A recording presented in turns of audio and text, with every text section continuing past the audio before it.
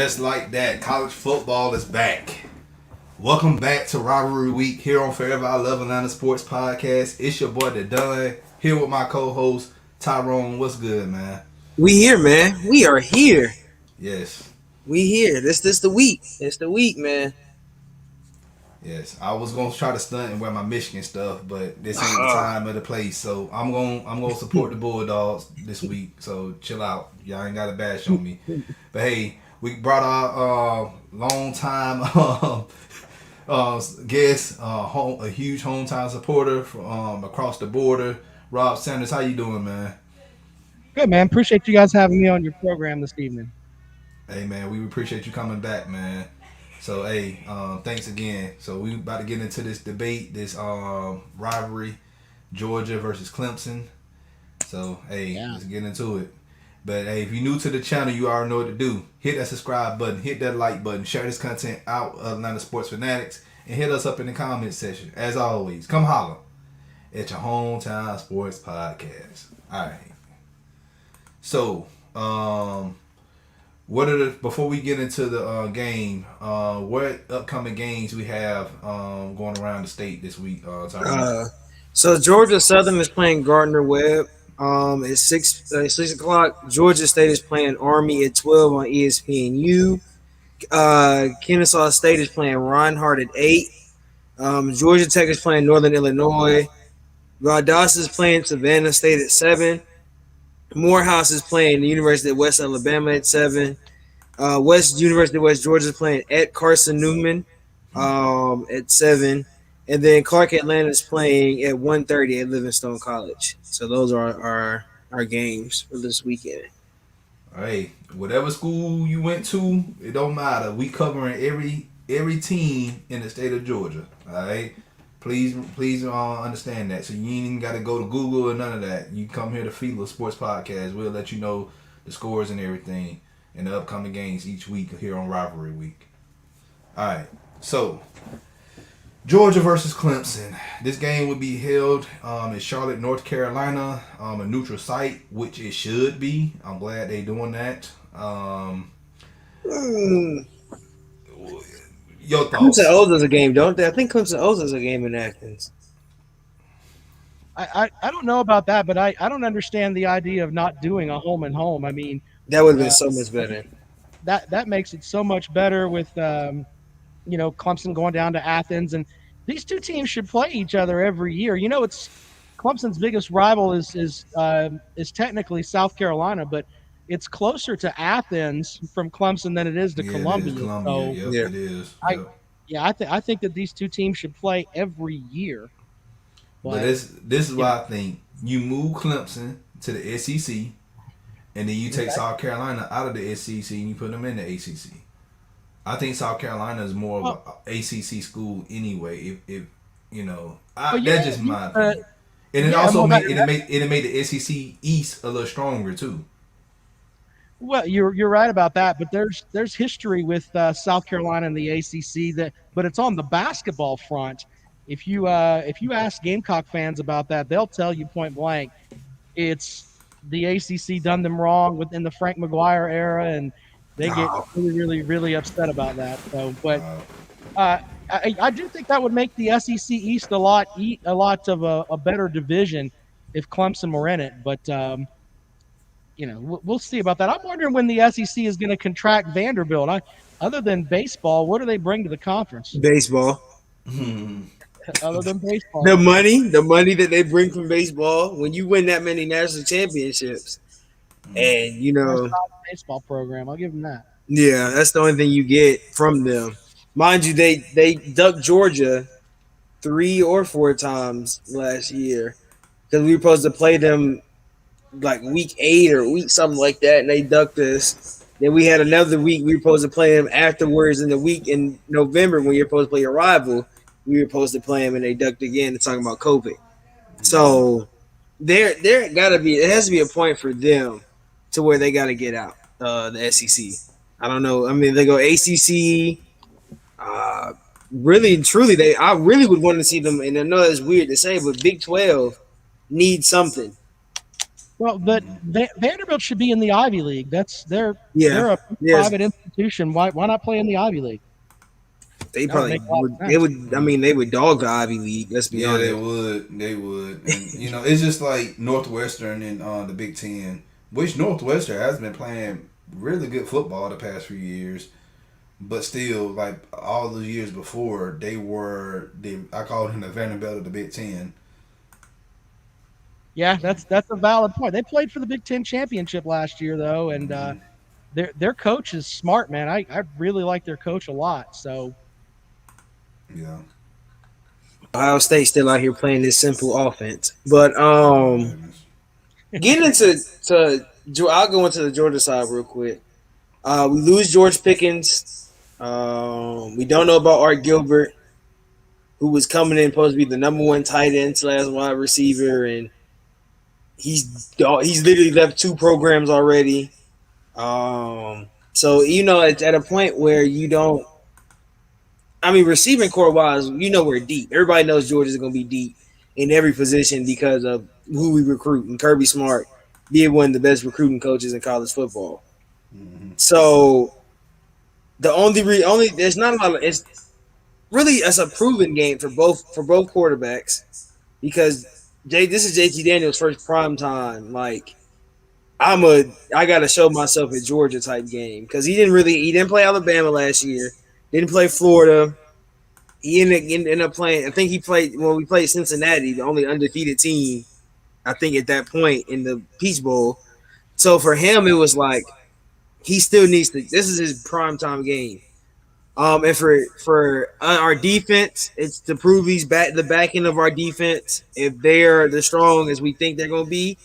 Because mind you, we lost a lot last year, like especially secondary. We lost a lot, and they all got drafted. So it's a more of a prove-it game, I think, for Georgia in general. Which I've seen a lot of people say it's not, but I'm like, bro, you beat Clemson at Georgia, and it's like everybody's like, well, you're all SEC school. It's not the same thing. Like Clemson has been a powerhouse for these last couple of years. So when you get to see it, and you get to see what Georgia and everybody's trying to think what Georgia is and what Georgia should be, you really want to. I think this is what you want, and I really want to see what JT Daniels does. I think that's my expectation is for him. well, from the outside looking in at the Georgia football team, this is kind of a proving year for Georgia, in my opinion. You mentioned for the quarterbacks, but last season, my favorite stat from last year about the Georgia Bulldogs were they had according to 247 Sports, they had the third best roster in the country, but they couldn't win the East. And that to me says, and I know it's just 1 year and they had issues with quarterback and everything else, but I honestly thought going into that Florida game, I thought they could win that game. And, they ended up with the Gators pulling that game out. And I just thought Georgia, top to bottom, had just a tough roster. I think that there's a good section of folks that look at Kirby Smart and say, you know what, this guy can recruit his butt off, but he has issues with making second half adjustments. And if it gets to a point in the matchup on Saturday where Clemson gets ahead a little bit, and they go into the half and Clemson's up, it'll be hard, in my opinion, for Georgia to come back because we just haven't seen that from Georgia.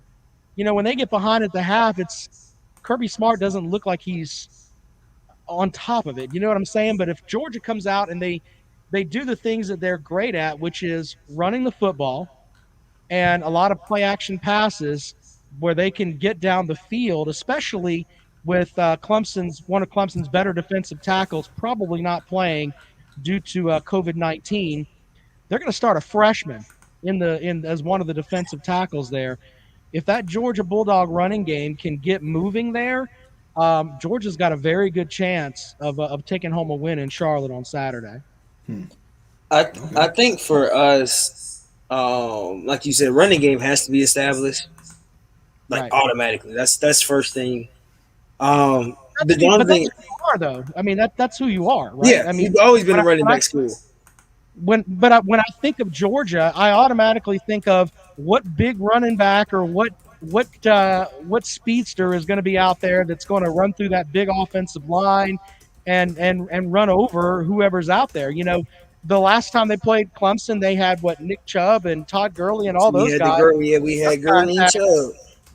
yeah, and then those guys had field days, and Yeah. it ended up they pulled away in the second half because they were consistent with running the football and just basically wearing that Clemson defensive line out. Now, Clemson's defensive line this year is a lot better than that year's defensive line, but for Georgia to be successful on Saturday, they're going to have to run the football and open up keep the defense honest, and let JT Daniels have a chance to work against that Clemson secondary, which, if you get to that point, like Ohio State did, and your receivers can make some plays, when there are some athletes on that side of the ball, Clemson's had some issues.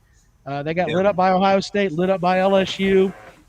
I mean, and they've had problems when they've had teams that could match them on the athlete front. So, but it all starts with Georgia running the football. That's the key to the game for the Bulldogs. Yeah, that's what they're gonna do is run the ball. Like Yeah. that's what they're known for. Um, I'm, So the Clemson defense to me it hasn't been the same in the past couple of seasons. Do you agree or disagree? I completely agree with you. The last really great Clemson defense was when they popped Alabama in the national championship They game. had Now Dexter Lawrence, they had they had Christian Dexter Wilkins, Lawrence, Christian Cleveland Wilkins, Farrell, all those guys. Yeah, all those guys. Now, in theory, the guys that they've got this season include Brzee, who is a first-team All-American as a sophomore. There's other guys, KJ Henry. You've got him playing as well, and then Xavier Thomas, who was an all-world candidate coming out of high school, but's had kind of an unsuccessful career. But he's going to be a guy that should get some action out there. But the Clemson defensive line is really, really, really deep, so they're going to keep fresh guys going throughout the game. And I'm not saying this line is as good as that line was, but it's definitely better than what they've had the past couple of seasons. yeah, yeah, okay. I think. Well, if we remember 2018, 2019 Cleveland Browns, Todd Monken was Baker Mayfield's coach that year. That was his rookie year, I think. I think it was coming his rookie year or something like that. They ran that ball more than anything. Let's be honest. They ran that ball a lot up in Cleveland. I think that was the year they ran the ball a lot. Now, the one year he did, when he went with Jameis, the year Jameis had, I think he was the year Jameis had 30 for 30 or something like that. When he had the 30 pick, he had Mike Evans. He made Mike Evans Mike Evans got there. Not when Mike Evans got there, but while he was there, Mike Evans made his first Pro Bowl, his first two Pro Bowls with Todd Monken. That offense looked a lot cleaner. I think those are some of the years, and Don, us being Falcons fans, those are some of the years Tampa's offense was, looked amazing.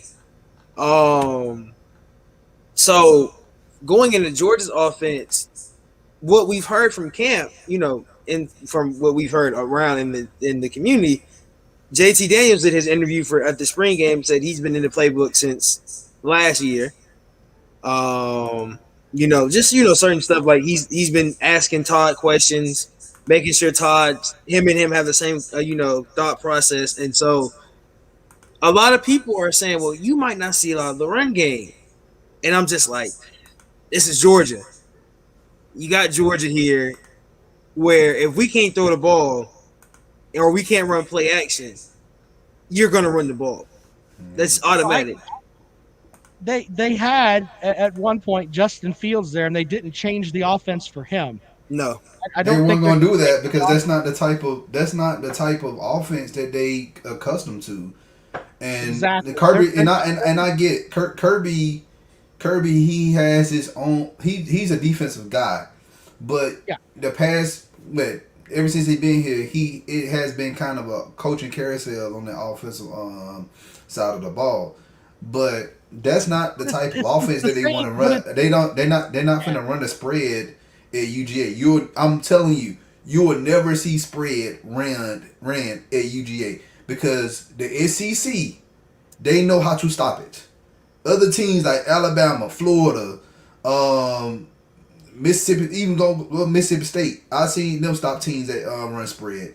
Like it's too much defense in this conference to run that type of offense. Now you can get away with that in the Pac-12, in the Big 12, and then the Big 10, but you're not getting away with that here in the SEC. Well, but I also think that I think Nick Saban's the best coach in college football, and what Nick Saban does is that he evolves, and he's actually said, we're not going to be able to win games with just a great defense anymore. You're going to have be able to adjust and do different things on offense. So I think that may be kind of a knock on Kirby Smart, is that he's not he's not as hello, my son. He's not evolving like Nick Saban did, and maybe they can put some new stuff on the offensive side of the ball and do their thing on that front. I mean, and wouldn't it be interesting if Georgia came out on Saturday night and they had something we've never seen on tape? The Clemson defense wouldn't know how to react, you know? Yeah. But putting those wrinkles in, though, is something that it takes some guts because of the way that you've recruited and how your offensive line works and everything like that. So, but I think that Kirby Smart has one of the best defensive minds in football. But if he could just kind of reinvent himself a little bit on the offensive side and maybe not run the spread all the time, but add some things like that, I think that's something that could get Georgia over the hump. I really do. You know what I think for Kirby, and this is what I've always said about Kirby. Kirby, of course, we all know Kirby's job was he was one of the defensive mind behind Alabama, but also number 16. I can't remember the year. Kirby Smart was sitting right here in Athens, so that gave him a push towards getting the head coaching job. You're an alumni. People love you. You've done this amazing stuff at Alabama.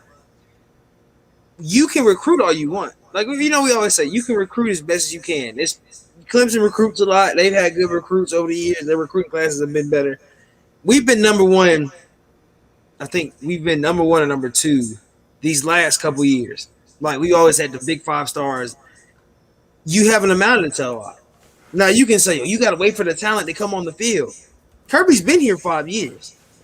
Every player that's playing for Kirby right now, except some of the transfers, have this first year of going, and these are all his recruits. So, what I don't get, and I don't know exactly what Georgia expects from Kirby Smart. I mean, is this the year where it's like, look, you're in year 5, we keep getting told, hey, we've got all these great recruits. Is it time you need to get past and win the SEC, and then, hey, get back to the CFP final? I mean, is that the vibe? I think that's the vibe for a lot of fans. Let's be honest. 2017 we won we won the SEC 2017. So it's not like he's that far gone from winning the SEC, of course, but we just know the talent we have. I think that's the thing for a lot of Georgia fans. Like, you bring in these 5 stars, these 4 stars, these big time recruits, and they're not transferring on the field, or we're not winning. So for people, it's the same mentality. And I hate to use Michigan, but I'm gonna use Michigan. Michigan is a great example of that. Jim Harbaugh, the first 4 years he was there, he recruited some great players to go up there and play in Ann Arbor. What happened? We lose. Like 2015, we lost against Michigan State with the punt, the muff punt. Then and then we couldn't beat Ohio State. The second year, I think we got beat by Iowa or something like that. Like, it was just weird. 2017 was a good year all the way up to, and we was ranked 3rd in the country, I believe. Only thing we needed to do was beat Ohio State, and we good. What happened? We lost against Ohio State. That was G that cheated though. Wait. I'll give you. That's G that cheated. Yeah, because Haskins didn't even cross the dog. Like Yeah. it was fourth. I think it was like fourth or something, and he didn't even cross the ball. Didn't even break the first down line. Yeah, that's the year. Like and like but still, you shouldn't be in close games like that. If we keep it at 100, you are a Super Bowl coach, and I'm using that term very loosely because Dan Quinn was a Super Bowl participant, and we know this man trash. But still, he's trash. He's hot garbage. All right, but for you to coach, and you coach at Stanford, you coach the guys like Andrew Luck, like you telling me this is the best you can offer? Like I can't. That's why I said I'm still a fan, but he got to go. Only way he can change my mind if we beat Ohio State this November. And if we can't beat Ohio State, I'm literally going to be recruiting the next coach for Michigan. But I'm done talking about Michigan. But it's just fair. I'm sorry, I didn't mean to interrupt you. Go ahead. Go ahead. I'm sorry, Rob. No, I think that with Georgia though, I mean, not to knock your Wolverines a bit here, but Georgia's got top 5 talent. They do. I mean, but it's still at the end of the day, it doesn't matter what top players you have. It goes by coaching. If you cannot put these players in the best situation to win games, you're not doing your job. You got to go. You got to go. It's just that simple. But I don't think Kirby Smart should be shown the door yet. But what I'm saying is that we're getting to a point now where he's in his 5th year, and yes, everything is on the front of, you got this top 5 talent, but you have to be able to develop that talent on the field. Mm-hmm. Yeah, exactly. And it frustrates me because I've had Georgia fans tell me the line that some guy said on my show last year: we didn't win the East because we had a 4-foot midget playing quarterback for us. He was our 4th-string quarterback. Well, what happened to your 2nd and your 3rd string? You couldn't develop your 2nd and 3rd string guys to get to a point where they could play before your 4th stringer goes out there.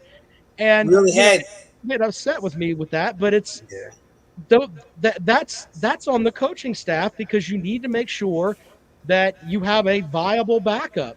Nobody knew what Jamie Newman was going to do last year, and the way that he just basically quit on the program. He was supposed to be the guy, and all of a sudden he's not the guy, and you're looking around and you're like, what's going on here, And you see Stetson Bennett out there, and it's like, man, he looks like a fish out of water out there compared to some of these other guys. But I don't understand why the quarterback position wasn't developed a little bit more, where your 4th stringer is out there. The guy that was there to run your scout team ends up trotting out onto the field. And that's an indictment on Kirby. You've got to be able to get and keep depth, and at least have a quarterback that can go out there. And that Florida team last year, they were good, but on paper, Georgia's a better team. And I'll take that all day long. And that's why I said, and I'm not saying he's on the hot seat, but Kirby strike one was, I ain't saying he allowed Justin Fields to go to Ohio State, but you did not appease him enough to stay. Okay. Well, when you lose a position, and I'll come to this as a Georgia fan for Justin Fields, you knew. Let's think about this. This is the story people don't really think about. You had Jake Fromm, Justin Fields, and Stetson Bennett on the roster that year. We knew Stetson Bennett and Dwayne Mathis. No. Dwayne Mathis had surgery. Yeah. He had surgery that year. Yeah, brain. So Dwayne Mathis was going. He had a cyst on his brain, so he was gone. So you had Stetson Bennett, Jake Fromm, and Justin Fields. Justin Fields was going to be the next up. He was going to start his sophomore year. And then you know who you bring in the transfer portal? JT Daniels. And so then you get into the competition between them two. In some way, somehow, I don't know, they didn't even fight about it. Because remember, Justin left before JT committed, and Justin, and he went straight out and was like, I'm leaving. So he didn't really put in the fight of saying I can beat out JT Daniels. He went straight on. So next year when JT Daniels gets here, Dwayne Mathis is coming off a brain cyst. We thought, like you said, Jamie Newman. We thought Jamie Newman was that guy. Jamie Newman leaves. Dwayne Mathis barely gets any playing time. He didn't start practice until summer camp. He didn't even play in the spring game. So he didn't start practice until summer camp. Stetson Bennett, everybody knows JT's knee was still messing with him. He still had, because he just came out the torn ACL. So we knew his knee was still messed up. And then Stetson Bennett was just there to, like you said, to be the scout team quarterback. And so Dwayne Mathis comes out versus Arkansas and looks Yeah. horrible. Terrible. Yeah. Yeah, And so when you see that, and then you like, oh, you ain't got JT or Jamie no more. You gonna have to throw him out there. And then only other guy we had on that team last year was Carson Beck, and I don't think we wanted to play him as a freshman. I think he was redshirted or something. That's the only other guy we had. But on that front though, it's just I don't understand the depth part behind it. That's the only thing. And I understand that. I understand that too. Go ahead. Yeah. Go ahead. But the whole thing with it though, for me, is that you would think that they would have him coached up a little bit more, or we don't know everything behind the scenes with Daniel's knee. Nobody knows that. Nobody knows if your knee is right, and you're recovering from an ACL. You got to have the confidence to play in that and everything else. But it's just, to me, it's a shame that you had a top 5 team with a quarterback that's basically a SoCon quarterback, and that's just sad. But not even is that strike 2, and that's what I'm trying to get at. Strike 2 is Jamie Newman opting out. Like I said, as I don't a think coach, you blame Kirby for that. But here's the thing. But here's the thing, though. This separates great coaches from good coaches. All right, and I'm not trying to. I'm not saying that we giving him an excuse, but with Saban, and we got to give Saban credit where credit's due. He is one of the greatest coaches of all time. And I'm pretty sure there are guys on that team that played last year that did not want to play. But guess who went to their dorm room or wherever they was at to go talk to them and say, "Hey, we need you this season." Well, I promise you, Nick Saban. I promise you, Nick Saban did pull some strings to get those players to play. Now, like I said, I'm not saying that the players was wrong for opting out, because guess what? At the end of the day, your health is more important than playing a game or playing, trying to, whatever the case may be. But look how bad that did. Look how big that did Jamie though. Let's be honest. Look, and we knew if Jamie would have played, he would have been a day 2 pick at best. We all know he would have been day 2. Let's be honest. When we found out Jamie Newman was coming to Georgia, everybody was like, "Oh yes, we're getting."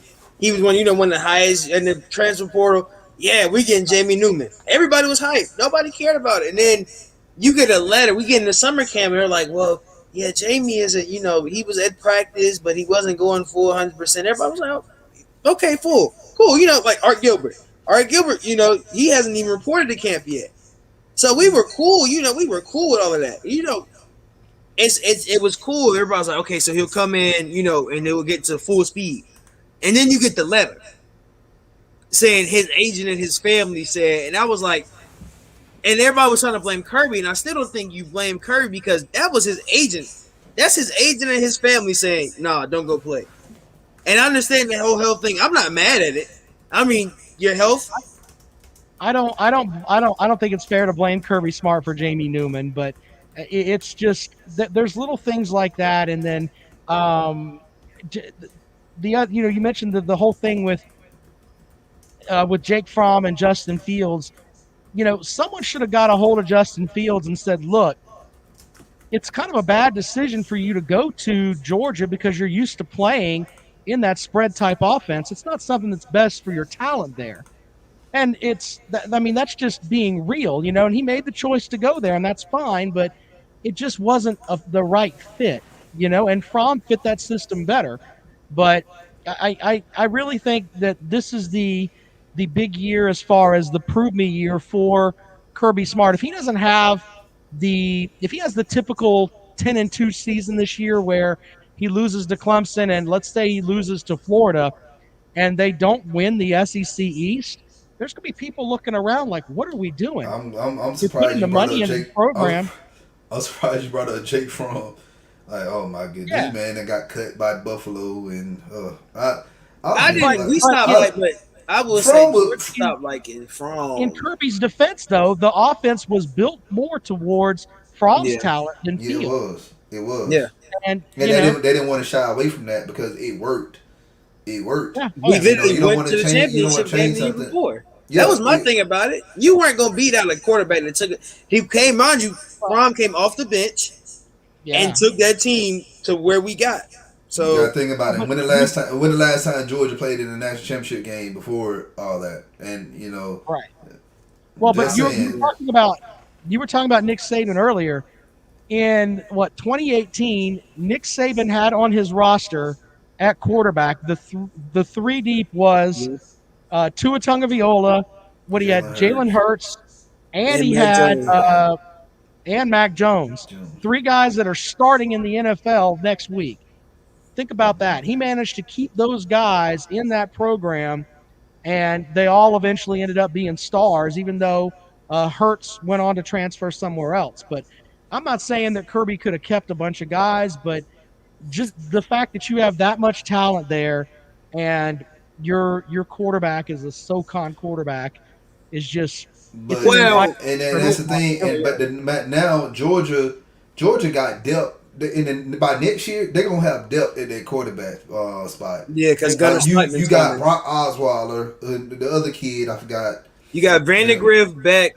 Is so next year the starter should be Carson Beck. That's who we're saying is going to be. So Carson Beck is supposedly the best pure passer touchdown. The best pure passer in for us. You have Gunnar Stockton, who's coming in from was it Redan? They were on national TV, scored like 7 touchdowns, yeah. and then Brock Vandegrift, who we all know who Brock Vandegrift is. So you gonna have those three guys, and then you might add somebody else. We don't know by next year we might get a transfer portal. Man, I'm We telling just you, don't know it need to be Brock. Brock needs to start for Georgia next year. It has to be him. what we've gotten from JT Daniels and what we've gotten from Todd Monken is that we know Carson Beck is QB2. But JT has said every quarterback in that room is prepared to play. No matter what, every quarterback is in that room is prepared to play. But he said Carson Beck, and I think I forgot which coach said. Somebody said you got to think about it. Beck is a better passer than JT Daniels. He's a better pure pocket passer, which I was like, whoa, and that was like a surprise. But to think about it, when you watch Carson Beck came out of college as a pocket passer, JT Daniels came out as more, he was able to run around a little bit more.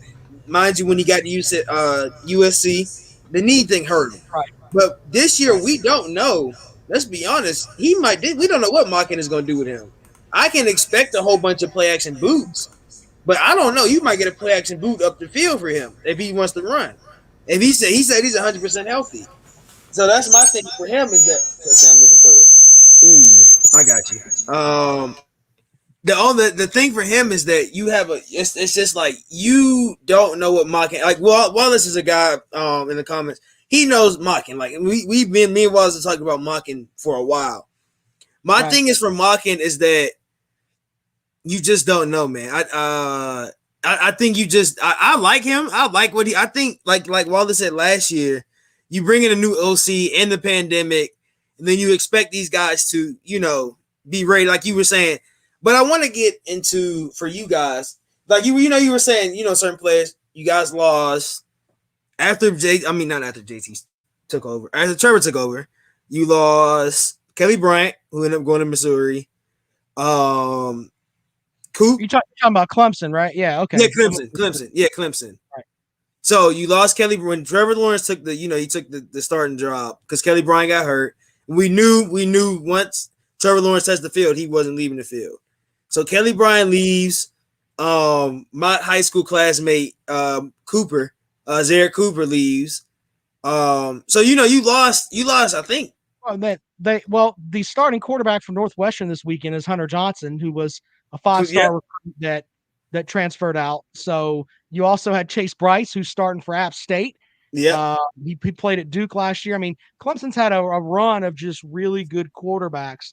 Clemson fans are spoiled because they've had just such a great run with top guys, but the backups have been good enough to start at a lot of different places. So Yeah, yeah, I mean, it's when you have that kind of depth at Clemson, it's just something that it's hard to do, especially at the quarterback position.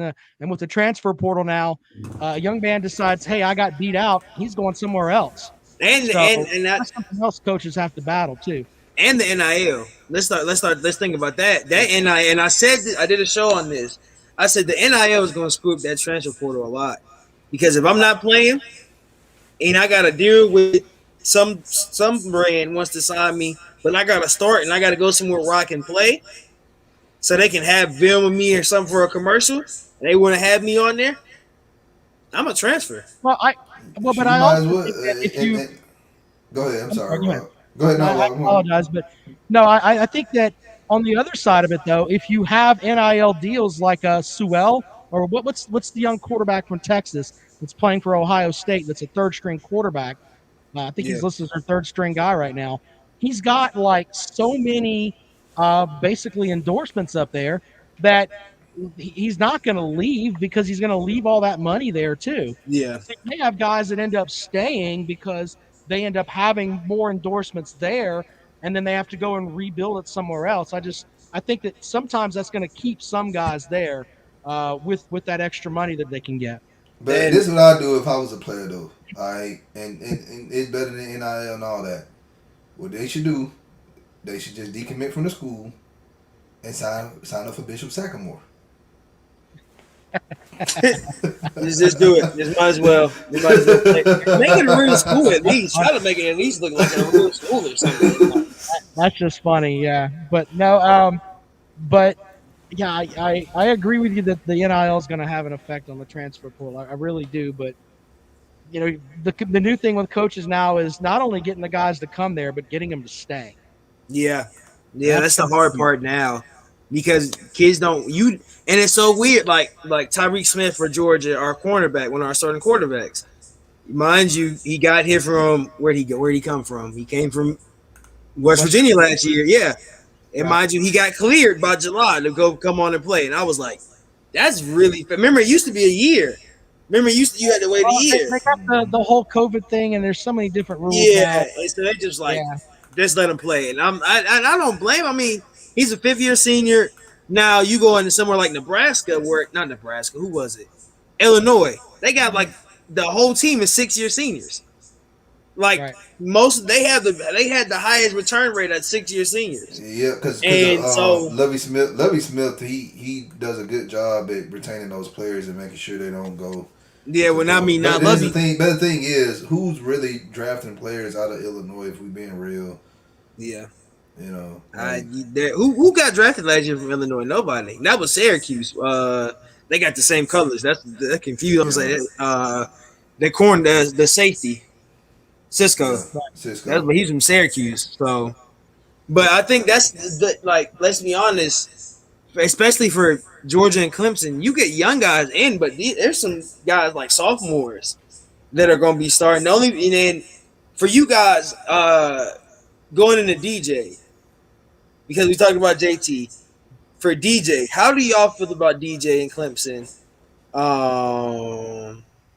Is he the next Trevor? Or is he the next Deshaun Watson? I'll put it like that because he plays more like Deshaun than Trevor. Well, we got to interview DJ Uiagalelei at ACC kickoff, and when you see him in person, the first thing you think is, my goodness, this is a big guy. Mm-hmm. I mean, he looks like he could line up at tight end and play. I mean, he is that. I know he's heavy. I know everybody been saying he's heavy. But it's like there's a difference between being heavy and being just a horse. Mm-hmm. I mean, that's the only term that I can. I mean, he is a big fella. He's lean, but he's very wide and very full. You know what I'm saying? Mm-hmm. That's kind of the best way that I can put it. But when people compare him to Deshaun Watson, I don't think that that's fair because Deshaun Watson was more of an electric type runner. He could put his foot in the ground, change directions, and do all kinds of stuff there. But he could also throw that 30-yard rope right down the field. Now, Uiagalelei has to work himself into a point where he's not throwing rocket balls, meaning that, an 8-yard out, not throwing the ball through the guy's jersey. But as far as his running stuff, he's going to run guys over. It's not going to be, hey, I'm going to cut. He's like, I'm going to hit you Yeah, he gonna hit if you. you're a linebacker, and I'm gonna try to knock you out. I'm not going to try to cut. None of that. Last season, they didn't call very many plays where he could run the ball because they didn't want to. The 2 games he was out, they didn't want him getting injured and having to go to Tyson Fomachu, who is now the backup that's up at Clemson. But I've heard things that Clemson may run some speed option type stuff.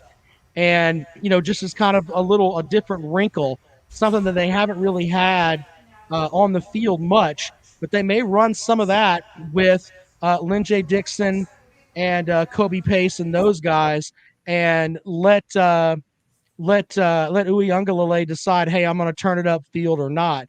And that'll be something that's a little bit different that Georgia hasn't seen.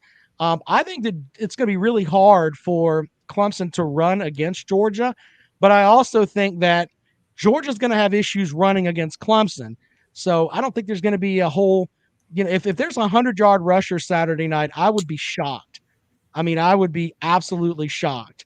I don't think anybody, unless there's like one big play where a guy, shakes one tackle and goes 80 yards or something, but you're not going to get a guy that has 10 carries for 100 yards like Travis Etienne did last year. It's just not going to happen. The defensive lines on both sides they're just too good.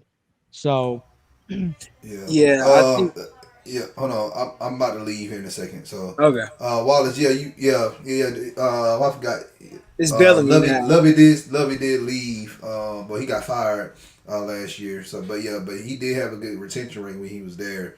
But he looked like Santa Claus last year. Did you guys see him? Yeah, he did. It was rough. Yeah. He looked like Santa Claus. Illinois program just went down the drain. But anyway, hey, I'm about to leave out. Tyrone, he about to hold down the fort for y'all. Hey, y'all take it easy. Y'all have a good evening. All right, Don. All right. So I wanted to talk to you about your linebackers. You have two of the, I think I forgot who it was. Was it Dave? Somebody on ESPN was talking about I think it was Herbie was saying that the best like returning linebackers were at Clemson. I can't think of his name. Well, James Skalski is a young man who won't play in the first half of the game on Saturday. He was ejected in the playoff game in the second half. The second straight year he's been ejected for basically targeting. So he won't play in the first half, but he's an all ACC selection.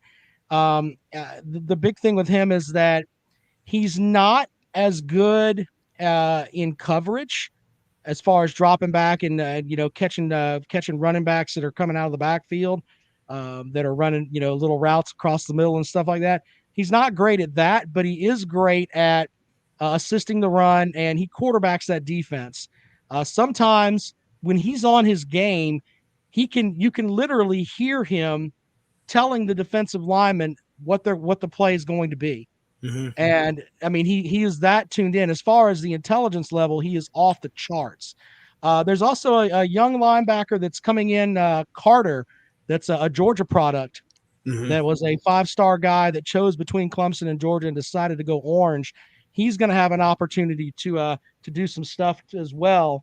But Mike Jones was Clemson's best coverage linebacker last year, and he knew that Carter was probably going to get more plays, and he transferred to LSU because he knew that he was going to a lot of his snaps were going to go away, and he didn't want to have to split snaps as a senior with a freshman. But the Clemson linebacking core is solid. I'm not going to say they're elite, but they are definitely solid, and they do really well with the defensive line that Clemson has, which is, I think, one of the best in the country. CJ Stroud just threw his first pick of the season. The overhypeness of him is give him time. He'll probably throw some more. Yeah, he's very hyped up, and and it's so crazy. He's very hyped up, and then they're bringing in the number 1 quarterback next year, and I'm just like, what are you going to do with that? Because the guy reclassed himself. I can't think of the guy's name, but he reclassed himself, and then he was like, yeah, he's already on campus, and I'm just like, that doesn't make sense. But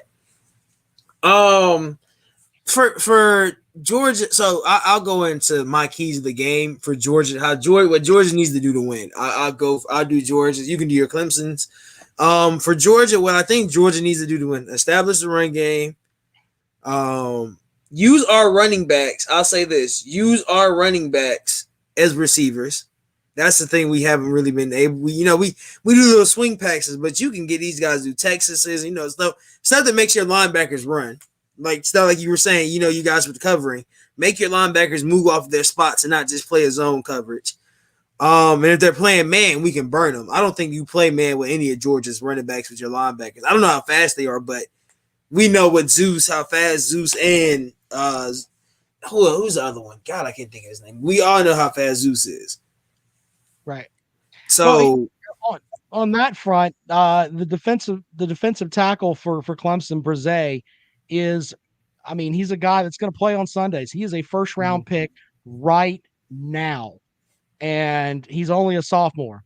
So running in between the tackles it's just not going to happen for Georgia. So they're going to have to. I agree with you. They're going to have to get those running backs out in space because it's going to get clogged up there in the middle. I think this will be the best. This will be the best defense that Georgia will play against this season. I said that. I've said that. I said Clemson is going to be our hardest test. I said, I made a bold claim. And people thought I was crazy, but I said if Georgia beats Clemson, we might go undefeated because nobody else. Yeah, there's the rest of the schedule is hot dog water. You don't have anybody on that schedule that is.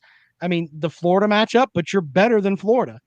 That's just real, Yeah. And that's so funny because people don't believe that. And then, I don't understand why they're having issues with that. Florida fans are so stagnant in their ways. They believe they still got Tim Tebow in the field when they play. So Well, I'm not buying the quarterback they've got now. Look at the guys that are all starters for Florida played against Oklahoma in that bowl game, and they looked like they were just terrible. That's the guys you've got starting now. There's no Kyle Pitts. There's no Kyle Trask. No Kadarius Toney. I think he's gone too. KD went to the Giants. Yeah. So, and he was a great all-purpose type player that Florida's going to miss. And I know everyone loves them some Dan Mullen, but he's got a lot of holes to fill down there. He really does. Remember the last team he was with when he had to fill those holes in? They didn't look as special as everybody thought they were. So when you lose that Kyle Pitts is a generational type talent in my opinion. When he's out there, he is literally a man among boys, and when you're replacing that, that's hard. That is really, really hard. I think Florida is going to be. I in my picks, I got them third in the East. I think Mizzou. You didn't go second. Better team than Mizzou. Oh, you think Mizzou does? Yeah, Connor Bazelak is a much better quarterback. Eli Drinkowitz is hungry up there, and their defense is going to be really stout. I think they got 7 or 8 starters returning. They're going to miss Larry Roundtree, their all-world running back, and they're going to miss Nick Bolton, who is a heck of a linebacker for them. But I've got Mizzou finishing second. I'm not buying into Florida at all. Yeah. I think I'm with you on that one. I just don't think. I think Florida still gets 2. They get 2. Let's be honest. I think they get 2, or like you said, they'll be 3, and I think Kentucky gets 2. I know that's wild, but me though, my thing with Kentucky, and I've said this for a while. I was on a show in Kentucky the other day, and we were talking back and forth about them, and I said it's really hard for me to trust in the Wildcats when they don't have a quarterback that can throw a ball further than 7 yards down the field. Yeah. Until you can get a quarterback that can actually do that, it's really hard for me to buy into what you're doing. Now, Kentucky also has, I hate to use this term, but a culture problem. They had 7 guys that got arrested. Their wide receiver coach, remember the story with that where he was driving down the road, he got out of a DUI by agreeing to pay for a ticket saying he was going 25 miles an hour over the speed limit with an open container in his car. Yeah. Brother, they'd have me and you under the jail. There Yeah. wouldn't be a fine. You and I would be under the We jail. would be, yeah, we wouldn't be able to. They would be like, oh, where do you think he was going? Like, you can't make those type of deals unless you're the quarterback. No. I mean, unless you're a coach at Kentucky.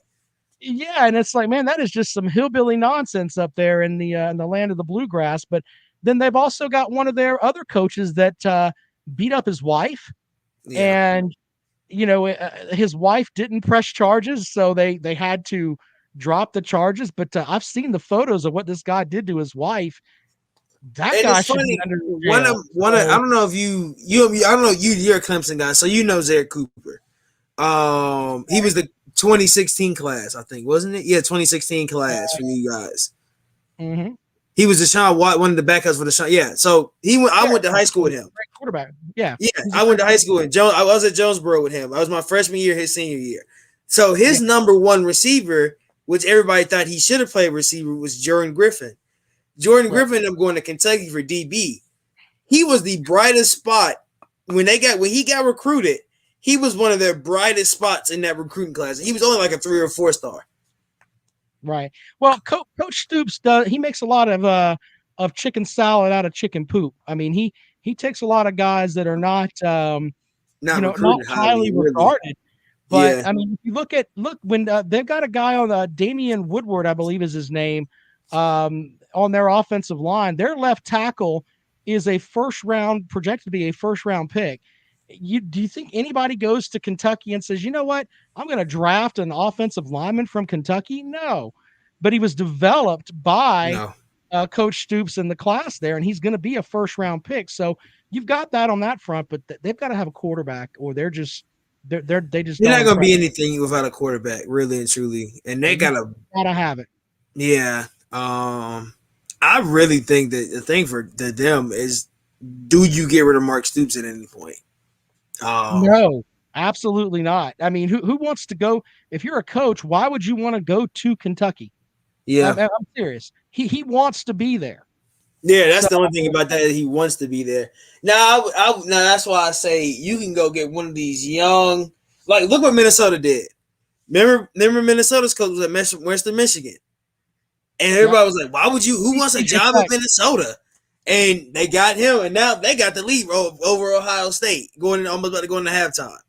So let's I don't want to predict this game or anything, but let's be honest. These young coaches are striving to get to D1 programs and show their worth.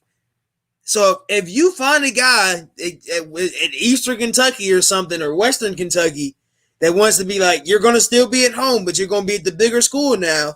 You're not the little brother. I mean, you might find somebody like that, but like you said, Stoops just wants to be there. So that's the only thing about them. And so I go into the one last thing I want to talk about. Sure. And I'm going to do this for everybody that comes on. Who's your Heisman winner this year? I'm in line to I think next season I can vote for the Heisman. I've been doing doing all the paperwork and everything so I can actually vote for it. And it's like it takes you a while to get to a point where you can actually have a Heisman vote. They have to research stuff that you have and all of that. The Heisman for me, though, it's almost a false type award because it's not really in the thing that comes from the Touchdown Club is that we give this to the most outstanding player in college football, but they don't look at the defensive side of the ball. Ndamukong Suh's senior year, he should have won the Heisman Trophy. Yeah. He was the best player in college football, period. Mm-hmm. But he plays defense, and they don't want to hear it unless you can, score on offense too. But if I had to pick a Heisman Trophy winner, there are several guys out there that have an opportunity to get into that spotlight. But I really like Spencer Rattler at Oklahoma because he's going to have the opportunity to put up some huge yards on a lot of really poor Big 12 defenses, so that the stats that people will see in the casual person that's out on the West Coast that has a vote, they're going to be like, wow, he threw for X amount of yards in one game. Okay. I think he'll be able to put up some stats too, but you can make an argument for Clemson's DJ Uiagalelei. that he threw for 300 plus yards in both of the games that he played last season. If he does that all season, Clemson's going to roll and be 12-0. If you're 12-0 with those kind of numbers, it's going to definitely put you in the mix. JT Daniels has an outside shot. I don't know if the with all of the injuries that Georgia's had on the wide receiver front, if they're going to have enough targets for him to throw the ball to. But I would go 1 and 2 with Spencer Rattler, and then I would go with Uiagalelei at second if I had to put my ballot out there right now. Okay, because mine now, I'm a homer, so I'm gonna always put JT because I think like Wallace said, if JT Daniels stays healthy, and like I know our wide receiver core, we always gonna have talent outside. No matter, mind you, we lose receivers every year, and we always have a receiver that's always on an all pro or not all pro, but all first team, something like that, or he's on the second team. So we have the talent out there, no matter what. If he stays healthy, I see him. But Spencer, like you said, Spencer Rattler is definitely up there because he's going in the Big 12. Now, if they would have put them in the SEC this year, that would have been a bigger test for him than anything. But yeah, I mean, but there's the defense in the Big 12 is just, it's just there's no real defensive talent over there to stop anybody. I mean, that's what I say for him. And TCU and Baker are the only two that play pretty good defense. So yeah, we've seen Baker and we've seen Kyler Murray, and we've seen what they've done against those mediocre defenses. I have a surprise. I have a pick, and this is just because I played with him. I want everybody, if you're watching this show, watch out. I can't think of his number. His name is Khalid Duke at Kansas State. He's gonna play DN. He used to play safety, but he's gonna play DN at Kansas State. I think he really is going to have a outstanding team. I've watched him develop. That's one reason I graduated with him. So this is his third. He's going to his third year. I can see it. I can see something happening with him where he's going to take a big leap because they put him on where he need to be at because he's big. Understanding he played safety in high school, but mind you, there's a lot of safeties in high school that are more muscular, and they start putting him down on the line and put him at linebacker and DN. So mind you, Keanu Neal, he was a safety in Atlanta. Now look at Dallas, he's a linebacker, and that's just because he get hit. I really don't think he's big enough to play linebacker. I think he's more of a hitter, but But for all in all, what are your score prediction for the game? Well, for the over and under in Las Vegas is at 50, and I think that if you hold me down to it and with just the stuff that I've watched. Now, I went back and watched the majority of JT Daniel. I think I watched 3 games that he played in last season. I didn't watch the Cincinnati game because there's so many guys. But there were so many guys that opted out. He was playing with basically a third string offensive line. It's not really fair to look at that tape and think, okay, this is a guy, and making an assessment on that front. But JT Daniels has the capability to be a great quarterback, but he also has issues with touch, with balls going down the field.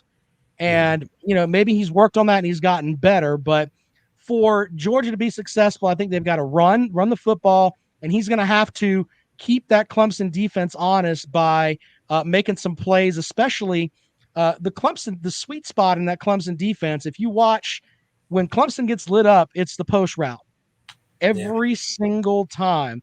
If he hits some of those passes on the post route where they're 25, 30-yard gains, and then Georgia has the capability to keep turning and running the ball, Georgia's going to have a very good night. Now, for Clemson, it's very simple. They've got Justin Ross. The Georgia secondary, in my opinion, is completely rebuilt. The majority of your secondary last year playing on Sunday. So you've got Darion Kendrick, the former Clemson player, and you've got guys out there that haven't played together before. And being in a secondary is all about rhythm and things like that, and knowing what this guy's going to do. And, okay, if he gets beat here, I can help him out with that. You don't develop that in, the first game of the season. So I think there's going to be spots for Uiagalelei and Justin Ross and Nagata and guys like that to make some plays. And they're going to have to do that because I don't think anybody is running on Georgia either. I really, really don't. So for Clemson, it's make plays in the middle of the field, keep Uyunglele clean. Don't let him get beat up because if he's on his back, that's not gonna work at all. And for Georgia, it's definitely running the ball. As far as score prediction goes, I would go with I've got Clemson winning the game, probably 28-20. That's where I'm at on that, and I think that I think the Tigers will pull away late and end up winning that game. But it could get ugly if Clemson gets a couple of scores because Dabo Swinney will put the hammer down because he wants people to respect this win a good bit because the rest of their schedule is really, really light. So if he could get a big win over a top 5 Georgia program, that'll make them look good the rest of the season. But I think Clemson wins 28-20. I think mine was 27-30, and that was off of either Georgia wins by a field goal or we just have a field goal lead throughout the game. I think we get to a certain point in the game where it's going to turn into a dogfight by the third, going from mid third quarter into that fourth quarter.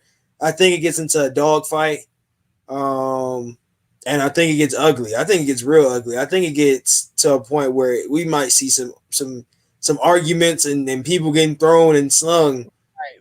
Well, but one other note there for the Georgia folks that are listening tonight, Clemson's going to play 3 centers. Huh? Yes, I said that. Yeah. They've got 2 guys on the depth chart that listed as 1 and 2, but they're also talking about Matt Bokhorst, who's the preseason All-ACC first-team guard, moving him over and letting him take some snaps. But when he does that, they're going to have a freshman taking his spot. So under that, I've never heard of a team running 3 different centers out there. Yeah. And that could be something that's a problem with just the exchange of handing the ball off, and getting the snap. I mean, that could be something that late in the fourth quarter when everybody's tired, that could be something that could hinder you a little bit. It really could. Oh, wow. Now, while it says 42-27, now that's a big. If we beat Clemson 42-27, that's going to shock. That might shock the world. Let's be honest. I don't think Georgia has the firepower on offense to win that big. I do think Georgia can win, but I think the way that Georgia's going to win is controlling the clock. And then if Georgia wins, it'll be something like 28-20, 28-25, something like that, where it's just a constant running the ball and eating up clock, and JT Daniels making some throws when he needs to. But if the Clemson defense gives up 42 points, I would be stunned. I don't know. Did you see our spring game? I don't know if you watched our spring game, but so that you saw the throw when JT was at like the 20 or like the 25, and he threw that zipper, and I mean it was like on a line. I was like, okay, so he's working, and I just want to see the ability to make that throw. But I'm talking about throws with that touch. lob. Yeah, I think the one play we saw him throw a real deep ball, it was still out ahead. Was when Pickens had to dive for it. And that really could have been a touchdown, let's be honest, if he would have hit it in the pocket. Because, I mean, the corner was right there, but I think if Pickens gets a breakaway, he's gone. If you lead him a little bit, so where he could have stayed on his feet. Right, but the whole thing, too, Pickens isn't playing Saturday. Yeah. So that's going to be the big thing, too. Gilbert's not playing Saturday. Washington's not playing Saturday. So injuries are a problem there. And the other thing we haven't really talked about is who's got COVID? Clemson's one defensive tackle has COVID. There's who's going to test out with COVID-19. You may wake up on Saturday and 3 of your offensive linemen have the COVID and can't play.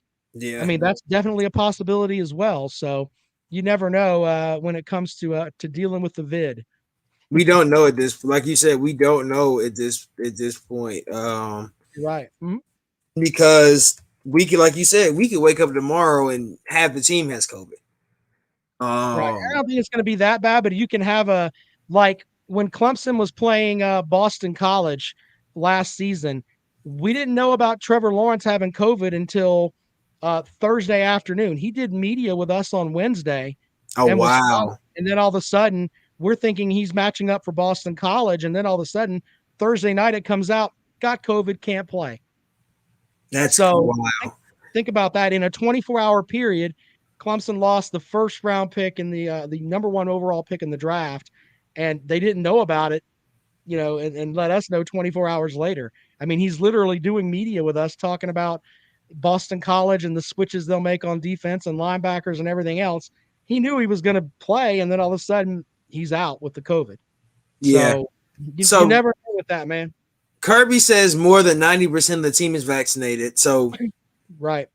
Thank God, well, because and that's a good thing. Everybody should get vaccinated, and that's important. But the sad thing is that with the Delta variant, I mean, you can still get it, and still get it. So, I mean, we're just going to have to, as fans, we're just going to have to deal with that this season. That COVID is going to be part of it. I mean, it really, really is. And I'm glad that I love going to games, but there's a part of me that's like, you know what? I don't want to. I'm glad I don't. I have to cover the Gamecocks, which it's my 17th season covering the Gamecocks for this radio station that I work for. But I'm glad I don't have to go down there with 80,000 people. At 92,000 in UGA. Yeah, I mean, it's just wow. I mean, these college games are going to end up being kind of super spreader events. I mean, they really, really are. So it's a crazy. Yeah, we know, but we knew it was a super spreader. As soon as when Georgia said no vaccine checks, I was like, 92,000 folks in one stadium. I might have to go to the afternoon game when it's not that packed. I might not go because night games, and we're gonna have. I think we get South Carolina, and I know they're gonna make South Carolina a night game. So, well, I'm in the camp of I can sit in my studio and I can watch 4 or 5 games at one time, and it's me. And I don't have to deal with catching COVID from anyone. But Lord goodness, man, if you're watching this show, please get your vaccine. It's important, man. Don't wear your mask, take the vaccine. Oh, yeah, just do be safe. That's really what it is. Be safe. Be safe. Like, don't go out here and do anything stupid. Really and truly. Like that's just it. Don't be out here running around with no mask on, and you're not vaccinated, and whatever all is going around here. But thank you, Rob, for coming out. We'll have you here again, of course, for the South Carolina game, the Gamecock game. But so anything else you want to shout out? My Fox Sports radio show is on every day, 3 to 4 o'clock. You can just look for the Rundown with Rob on the iHeartRadio app. Podcast is up every day from that. I have everything from LaVon Kirkland to I've had college football Hall of Famers on, so we get some really great guests.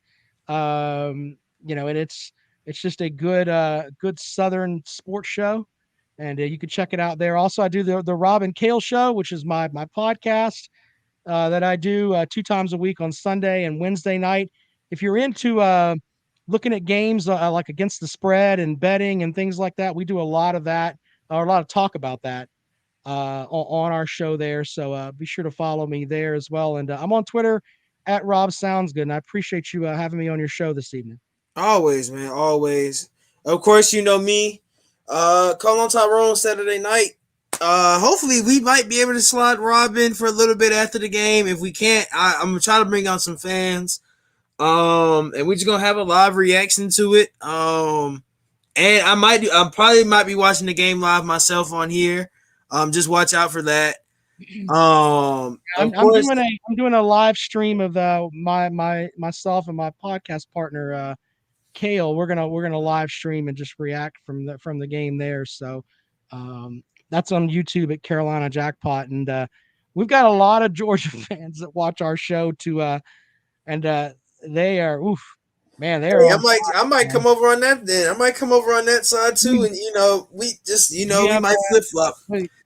Hey, it's a ton of good folks will be chatting and running their mouths over there. So if you get up for that, I'm definitely in. I'm definitely in on that.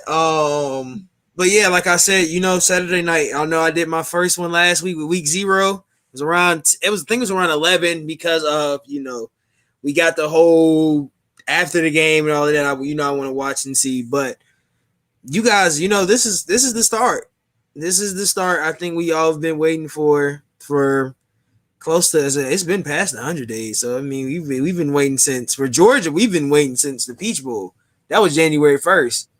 So we've been waiting since January 1st, and now we're here. So get ready. We got that.